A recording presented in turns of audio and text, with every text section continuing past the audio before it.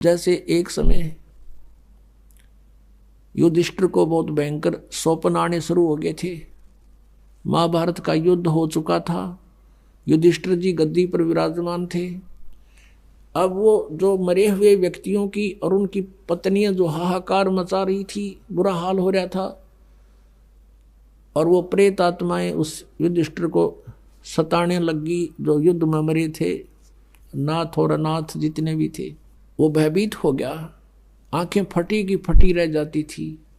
ऐसे देख रहा, ना खा रहा, ना पी रहा, ना नींद आ रही है, जंतर मंतर खूब करा लिए, सारा कुछ हो गया, लेकिन कोई राहत नहीं मिली। फिर गुरुजी के पास जाते हैं, श्री कृष्ण जी के पास। श्री कृष्ण जी से कारण और समाधान पूछा। श्री कृष्ण जी ने कहा कि तुमने जो युद्ध में बंधुघात किए हैं, ये तुम्हें हानिकारक हो रहे हैं, वो पाप सेध गया, वो पाप तुम्हें दुख दे रहा है। अपनात्माओं, गीता जी का ज्ञान देते समय अर्जुन ध्यान से सुन रहा था। श्री कृष्ण जी में प्रवेश करके काल कह रहा था कि अर्जुन तू युद्ध कर ले, तुम्हें पाप नहीं लगेंगे। गीता जी के अध्याय नंबर 2 के 37 और 38 में कहा है कि तू युद्ध कर, तुझे पाप नहीं लगेंगे, ये तो मैंने सब मार रखे हैं। अब जब उसने ये कहा कि तुमने युद्ध में किए हुए पापों का ये दंड भोगना पड़ रहा है, उसमें अर्जुन के हृदय में धक देसी हुई, झटका लग गया कि ये क्या बोल रहे हैं श्री कृष्ण। आज जब तो कह रहे थे मैं युद्ध मना करूं था, ये कहता कर लेते न पाप नहीं लगे, राज कह रहे हैं पाप लगेंगे। और समाधान भी साथ में बता दिया श्री कृष्ण जी ने कि अश्वमेघ यज्ञ करो। अश्वमेघ यज्ञ में बता के पूरे पृथ्वी के सभी उनको आमंत्रित करो, साधु संत फकीरों को और आम जनता को भी, जो तुम्हारे रिलेटिव हैं उनको भी। अब इतने व्यक्तियों को भोजन कराना अंडरस्टूड है, जिसमें करोड़ों व्यक्ति, अरबों व्यक्तियों ने भोजन खाना था, तो कितना खर्चा हो, तब वो यज्ञ पूर्ण हुआ थी।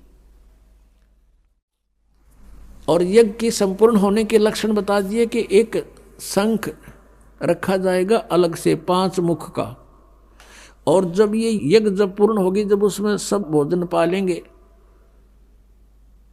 साधु संत फकीर ऋषि महात्मा देव ब्राह्मण, और ये शंख अपने आप आवाज करेगा बगैर बजाए, आप पे बाजेगा, ऐसे लक्षण बता दिए।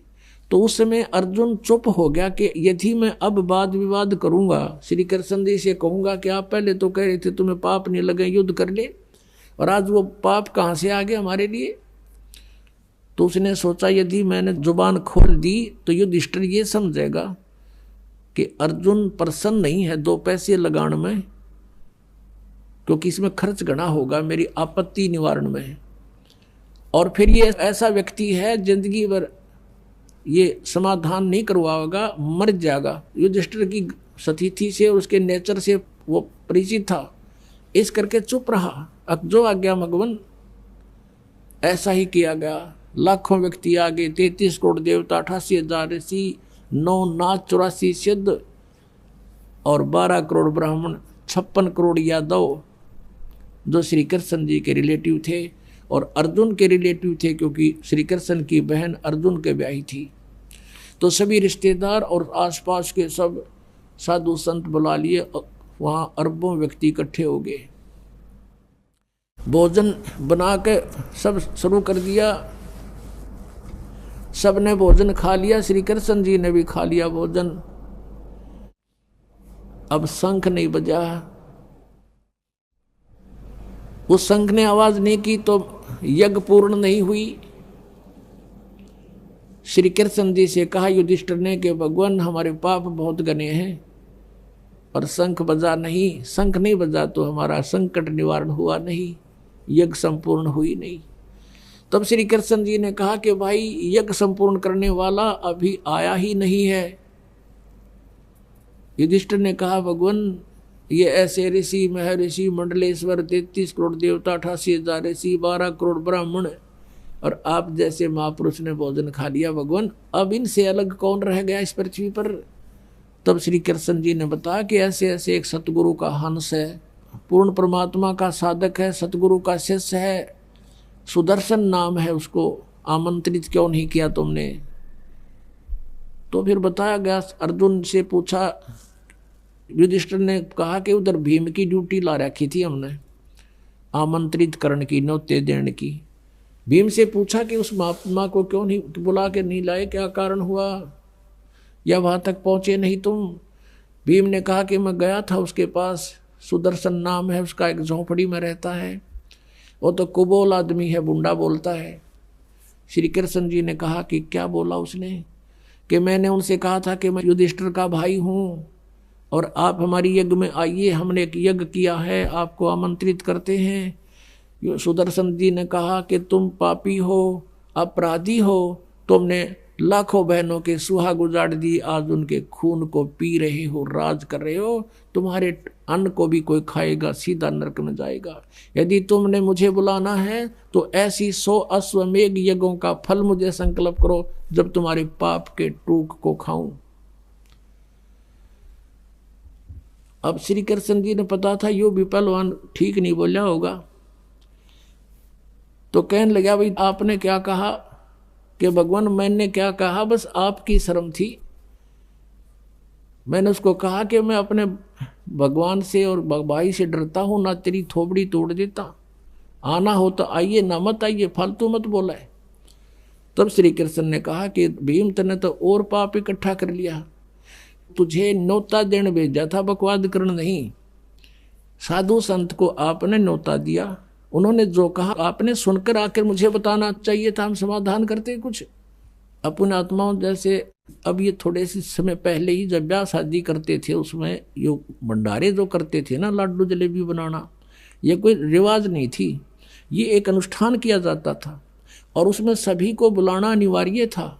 और कोई रुष्ट हो जाता तो उसने मना के लाया करते, कहते भाई बाधा ना पड़ जाए यज्ञ में, वो ना आता है, या रुस्सा मनाई सी न्यू थी, वो ऐसे उलाने सुलाने झूठे साचे होने लग गए, वो अलग था। तो फिर उसको लाना अनिवार्य समझा कि अभी तो पक्का बुलाना पड़ेगा और उस बिना यू काम हो नहीं सकता। तब श्री कृष्ण और 500 पांडव रथ में बैठ के गए और उधर से कबीर परमेश्वर परम अक्षर ब्रह्म वो अपनी लीला अनुसार वहां आए हुए थे। एक जीवन जैसे शिशु रूप धार करके धीरे धीरे बड़े होते हैं, फिर वो लीला करते हैं, ज्ञान प्रचार करते हैं। उसी आधार से वो सुदर्शन जी उस करुणा में नाम से आए थे परमात्मा द्वापर युग में, उस करुणा में के शेष थे, जैसे कलयुग में कबीर नाम से आए हैं परमात्मा। तो करुणा में अपने गुरुजी के पास जाकर कहा कि भगवान ऐसे ऐसे राजा कल भाई आया था, ऐसे ऐसे कह रहा था और मैंने तो उसको ये जवाब दे दिया। तो परमात्मा बोले भाई वो फिर आवेंगे और उनका काम बने को ना, वो तन्नरे वो बैठे हैं माया के मायादारी ऋषि में ऋषि, उनसे ये शंख ना बजा बेटा, फिर आओगे वह। अब उस सुदर्शन ने सोचा हुआ फिर सिर खावेंगे, खिसक लिया यहाँ से। सुदर्शन तो निकल गया सैर सपट्टे को 15-20 दिन का टूर प्रोग्राम बना के। अब पीछे से परमात्मा करुणा में उस सुदर्शन रूप बना के बैठ गया झोपड़ी में। अब कहते हैं जा करके श्री कृष्ण जी रथ रोक दिया 1 योजन दूर, यानी 10-12 किलोमीटर दूर। 1 योजन 4 कोस का होता था। पहले लंबे लंबे तगड़े तगड़े आदमी होते थे, अब एक किले की एक कदम बनाया करते हुए 1 कदम। तो वहाँ परमात्मा बैठे थे कुटिया में। श्री कृष्ण जी ने दंडोत प्रणाम किया विनम्रता से। जब श्री कृष्ण ने गुरु जी ने प्रणाम कर दिया तो चेले कितरेंगे, 500 पांडवों ने किया। तब श्री कृष्ण जी ने कहा कि परवरदिगार ये युधिष्ठिर राजा आए हैं और इनके भाई हैं, आप चलिएगा, इन्होंने एक यज्ञ अनुष्ठान किया है, आपको न्योता देने आए हैं, आमंत्रित करने आए हैं। तब परमात्मा ने कहा सुदर्शन रूप में कि मैंने इस भगत से कहा था कि मेरे 100 यज्ञ का फल दे दे तब मैं चलूं, मेरा करो संकल्प पूरा। तब श्री कृष्ण जी ने कहा कि हे भगवान आपकी वाणी है, परमात्मा चारों युगों में यही ज्ञान दिया जो आज आपके समक्ष रूबरू हो रहा है।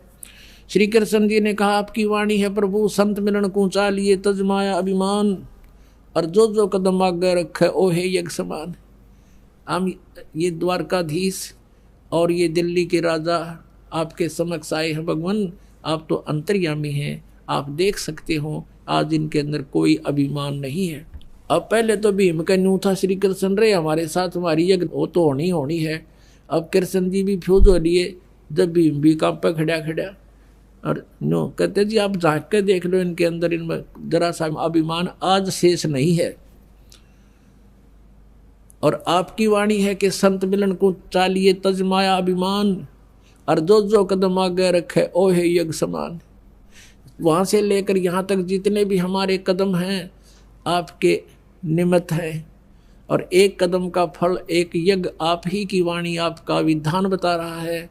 ये भगवान ये 100 रख लो आप, शेष हमारी झोली में डाल दो। साधु भूखा भाव का, धन का भूखा ना, और जय कोई धन का भूखा है वो साधु भी ना। तो परमात्मा कहने लगे भाई ठीक है। और जब भीम गया था पहले, तो जब सुदर्शन जी ने ये बात कही थी कि तुमने बहुत जुल्म किया है, युद्ध वैसे ही नहीं लाखों करोड़ों बहनों को विधवा कर दिया, तब उसने डींग मारी थी कि युद्ध वैसे नहीं जीता जाता बाबा जी, अपने दम पर जीता है। गदा से एक का मारूं था 20 मरे थे मेरे धाक से, और अपने दम से जीता है, अपनी ताकत से जीता है। जब तो चला गया कह सुन नहीं बोला था। अब परमात्मा ने कहा ला इसकी यह फड़ काट दूं, कितना ताकतवर है। तो उसने परमात्मा की माला रखी थी कबीर देव की, सुदर्शन जी की खुट्टी पर टांग रखी थी, और परमात्मा एक बैठे थे नीचे मैट पे, और कहा भाई पहलवान एक भैया मेरी सुमरनी तारिये, चलूंगा फिर तारे साथ। भीम पहुंचा जब वो माला उतारने के लिए, चिपक गया उस माला का जो कर बिजली गरीब कर लिया करे, नो खूब आंगाला उक सभी को ना। जब परमात्मा बोले रहा क्या हो गया पहलवान, घनी देर लगा दी, छोड़ कर दूर खड़ा हो गया कि मेरे अपना उतरती महाराज जिया। परमात्मा ने ऐसे किया था, अपने आप उठ कर आएगी उनके हाथ में। तब परमेश्वर ने कहा था उस दिन तो डींग मारे था कि एक मारू था, गदा 20 मरे थे, अब कहाँ गया तेरा बल, नीचा मुंह कर लिया। तब उनकी आशा बनी कि ये संत सचमुच कुछ है, तब परमेश्वर को लेकर आए वहां पर सुदर्शन रूप में। तो क्या बताते हैं, भक्ति करे बिन भाव रे सो कोने काजा। भक्ति बिना भाव के जो कोई भी दान धर्म करता उसका कोई यूज नहीं है। व्यंजन 36 प्रोसियाता द्रौपदी रानी, बिन आदर सत्कार रे कई संक ना बाणी। अब जब परमात्मा वहां पहुंचे, वो मंडलेश्वर बैठे ऋषि महर्षि, और जब युधिष्ठिर ने ये कहा था कि भगवान क्या इन ऋषि महर्षियों से भी हमारा काम नहीं बना तो और कौन बनाएगा, तब श्री कृष्ण जी ने कहा कि ये सत साधक नहीं है, ये सत साधना नहीं करे तो माया के सिद्धियों के पुजारी है।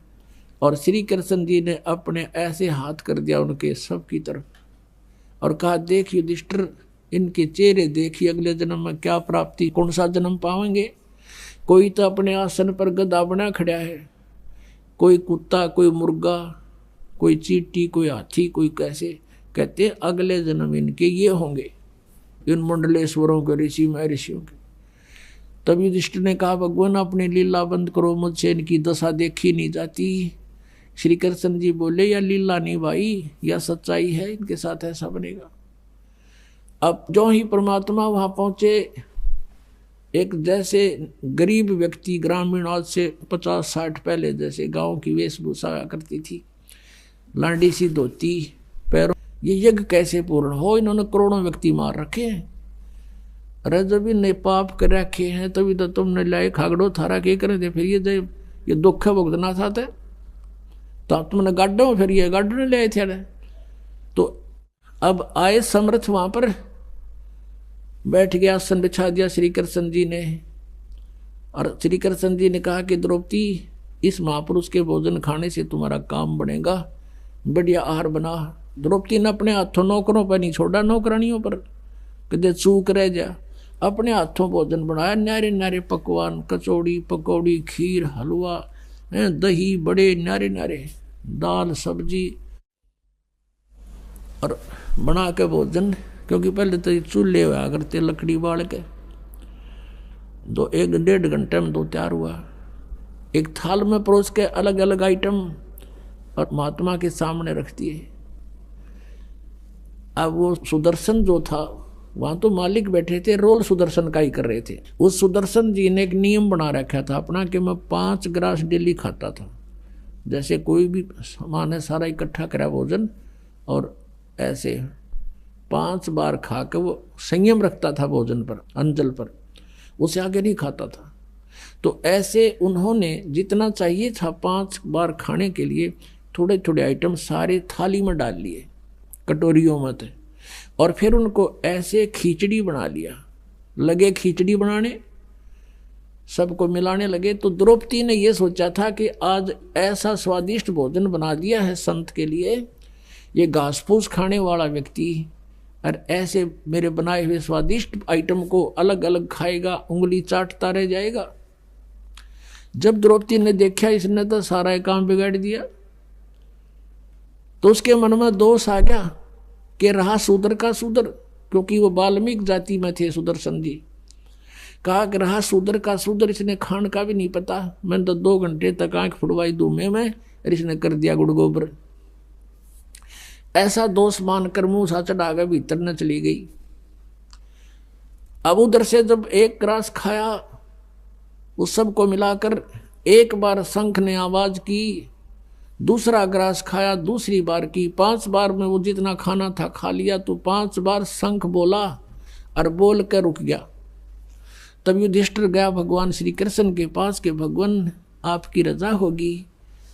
हो गया काम, बन गई बात, शंख बज गया। तो श्री कृष्ण जी ने कहा कि नहीं, ये शंख नहीं बजा भाई, ये तो अखंड बजना चाहिए, काफी समय तक रुके नहीं, ये तो खंड हो गया, 5 बार बोला है कोई।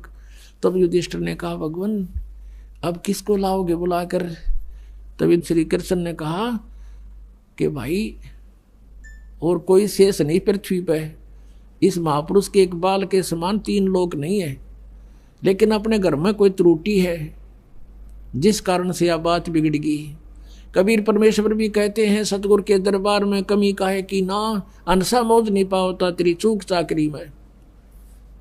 हमें कोई पूरा फल यहाँ से नहीं मिल रहा, तो आपकी कोई मर्यादा में त्रुटि है, उसको सेट करो अपनी को, फिर देखो ठाठ। तो श्री कृष्ण जी ने देखा कि द्रौपदी ने काम बिगाड़ा दिखायो। वह बुलाई कि बहन एक सच्ची बताना, महात्मा ने जब यू खाना खाया तेरे मन में कोई दोष आया? कहाँ जी गणाए आ गया मेरे मन में। तो नालायक तेने तो काम बिगाड़ दिया सारा, बता ये इसको कैसे प्रसन्न करेंगे? क्या मन में आया? तो उसने बता जी मन ने नो सोचा था ऐसा बढ़िया भोजन बनाऊंगी, और अपने हाथा बढ़ाया, मैंने नौकरानी का सहयोग नहीं दिया कि दे नमक मेरे तुम्हें कमी रह जाए। और सोचा यूं था कि महात्मा भोजन खाओगा, 6 जगह गुण गाओगा, मेरी द्रौपदी ने ऐसा भोजन बनाया भाई कभी देखा ना सुना। और जब इसने ऐसा कार सारा काम बिगाड़ दिया, तो मेरे मन में घना गलानी बन गई इस महात्मा के प्रति कि क्या का महात्मा इन्हें खाना भी ना आता। तब श्री कृष्ण जी ने कहा द्रौपदी तूने बैठा बैठा दिया, अब तूने एहसान नहीं किया इसको भोजन खिलाने का, इसने एहसान किया तेरे घर पे आकर तेरा टूक खाने का, और आपका फर्ज संत के सामने रख देने का है, उसकी क्रिया को नहीं देखना चाहिए। और साधु संत चठोरे नहीं होते बेबे। तब कहने लगी भगवान मुझसे गलती बन गई, कोई समाधान बताओ कि इसके चरण धो के पी, जब तेरे अंदर के पाप कटेंगे साथ में यू काम बनेगा। द्रौपदी लाई एक प्रांत ठाक है, बड़ी थाली और पानी का जग रखा, भगवान के हाथ जोड़े प्रार्थना की भगवान अक्षमा करो, अचरणामृत दो दाता हमारा कल्याण हो। परमात्मा ने दोनों चरण उठा लिए, थाली में रख के धोए और डाल के उल्टा पानी जब आधा पी लिया द्रौपदी ने, तब श्री कृष्ण ने कहा कि बेबे बहन आधा मुझे भी दे दे, क्योंकि इसे महापुरुष का चरणामृत अब यह आंख श्री कृष्ण की भी खुल गई थी कि 5 बार इस तरह बच गया, हमारे खाए तो ये लेटे लेना था, सांस भी ना लिया शंख ने। तो बुद्धिमान ने संकेत बहुत होता है, तो उसने सोची परम शक्ति है, मेरा भी उद्धार हो जाएगा। कहने लगा बहन आधा मुझे भी दे दे। तो आधा श्री कृष्ण ने पिया। तो गरीबदास कहते हैं उस वाल्मीकि का चरणामृत पिया थरे कृष्ण चंद्र करतारा। तुम जिसको कृष्ण चंद्र भगवान कहा करते, उस वाल्मीकि के चरणों का धूल पी और तब वो शंख कण कण जनकारा। कहते भक्ति करे बिन भाव रे सो कोने काजा। और विदुर का जीवन चले गए तो दुर्योधन राजा। विनन छती सो परोसिया जहां द्रौपदी रानी, और बिन आदर सत्कार कही ना शंख रे बाणी। तो पुणात्माओं, इन सब सत्संग के वचनों से आपने अपने जीवन को सुचारू करना है। समर्थ बिना कोई भी कार्य पूरा नहीं होगा। कहते 33 करोड़ यज्ञ में आए, वो 88 सारे। 12 कोटि वेद के वक्ता, वो सुपच का शंख बजारे। मन तू पावेगा अपना किया रे, भोगेगा अपना किया रे। कहते हैं कि 56 करोड़ जहां थे या दो, उनसे शंख न बाजा ना दू। एक वाल्मीकि नीचे कुल साधु, जिन शंख पंचायन पूरा ना दू। के कहते हैं ये और गनो माया के पूता, ये तो सिर्फ माया के पुजारी थे जितने 33 करोड़ 88 हजार ऐसी सारे बैठे थे। कहते वह सुपच से शंख बजारे, शत भक्ति और समर्थ की शरण में जो था, उससे भी वो 3 ताप का नाश हुआ, श्री कृष्ण से भी नहीं हुआ। बोलो सतगुरुदेव।